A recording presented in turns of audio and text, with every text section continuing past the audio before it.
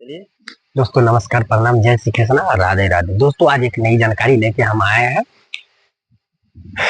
और इस पर एक वीडियो बनाने वाले हैं जो कि एक गाय पर आधारित है कि गाय का दूध, गाय का मूत्र, गाय का गोबर इंसानी जीवन के लिए कितना महत्वपूर्ण भूमिका निभाती है और इसमें क्या विटामिन मिलती है, क्या फायदा होता है, मैं आपको बताऊंगा इस वीडियो में। वीडियो को आगे बढ़ाने से पहले मैं आप लोग से एक रिक्वेस्ट करना चाहूंगा कि यदि वीडियो अच्छा लगे तो प्लीज लाइक, सब्सक्राइब, कमेंट और साथ ही साथ बेल आइकन को दबाना ना भूलें ताकि कोई वीडियो मैं अपलोड करूं तो सबसे पहले आप तक नोटिफिकेशन पहुंचे। चलिए अब मैं चलता हूं वीडियो की ओर। दोस्तों, जैसा कि आप जानते हैं, गाय गाय को गौ माता कहते हैं और ये गौ माता ही नहीं बल्कि जैसे जननी माता होते हैं ना, ठीक उसी तरह गाय को हम लोग जननी माता कहते हैं।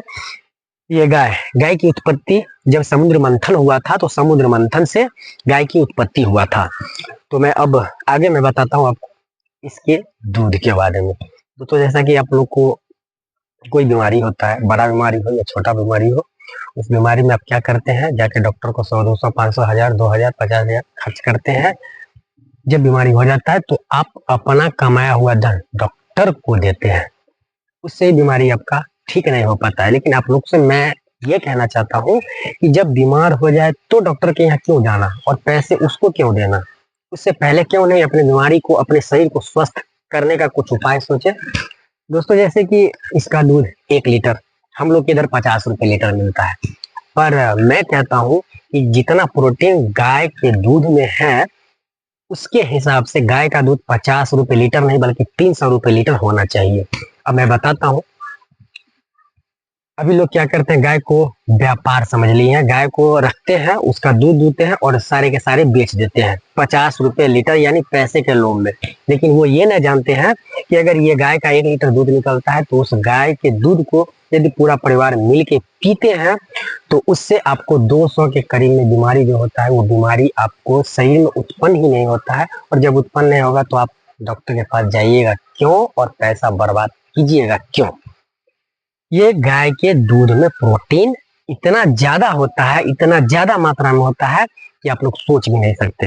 अब चलिए मैं बताता हूँ इसके मूत्र के बारे में। जैसे आपको कोई पुराना पुराना बीमारी हो या फिर कोई इन्फेक्शन हो या फिर शरीर में कोई तरह का दाग हो तो लोग नहीं जानते हैं कि इसका मूत्र का उपयोग कैसे करना है।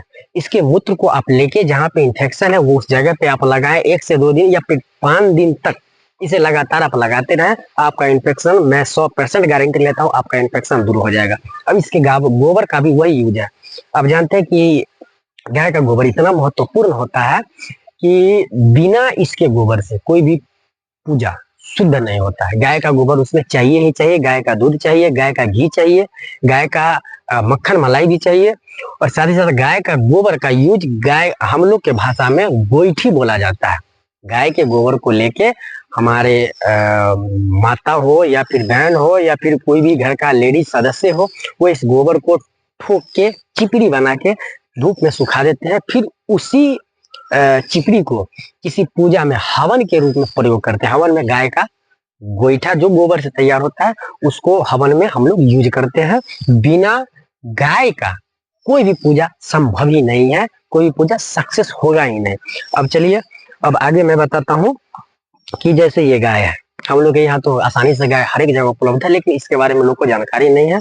जैसे ये गाय है हम लोग के देश में उपलब्ध है, पर बाकी देशों में जहाँ गाय का उपलब्धता कम है वहां की मैं बात बता रहा हूँ।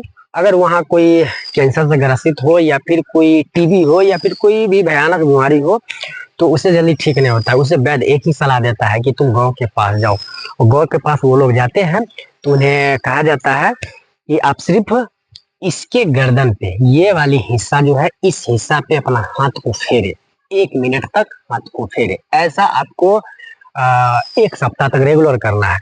ऐसा करने से बस इतना सा ही करने से आपको कैंसर कभी ना होगा, ना ही आपको कोई बीमारी परेशान करेगा। अब हो गया ये बीमारी की बात। अब मैं दूसरी बात बताता हूँ जो कि काफी महत्वपूर्ण है। ये गौ माता, इनको भगवान का रूप आपको मानना पड़ेगा। अगर ऐसा नहीं है तो मैं आपको विश्वास दिलाता हूँ, मैं जो कहता हूँ अब सिर्फ वो करना है आपको।